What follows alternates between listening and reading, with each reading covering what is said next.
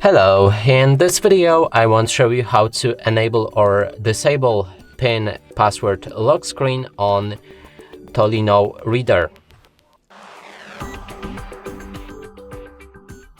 And to do this, we'll need to click on the three lines in the top left corner of the screen, move to the settings, and inside select numbers lock.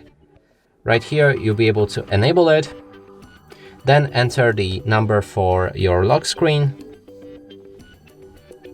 and repeat it.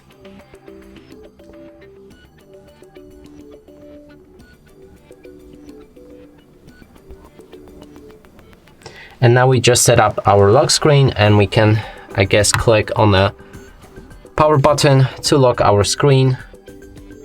Then next time we try to open it, we'll need to insert the password.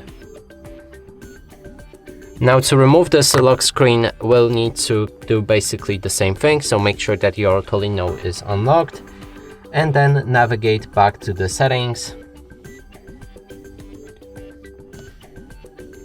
Here find numbers lock again and enter your current code. Confirm it. And then you'll be able to deactivate it.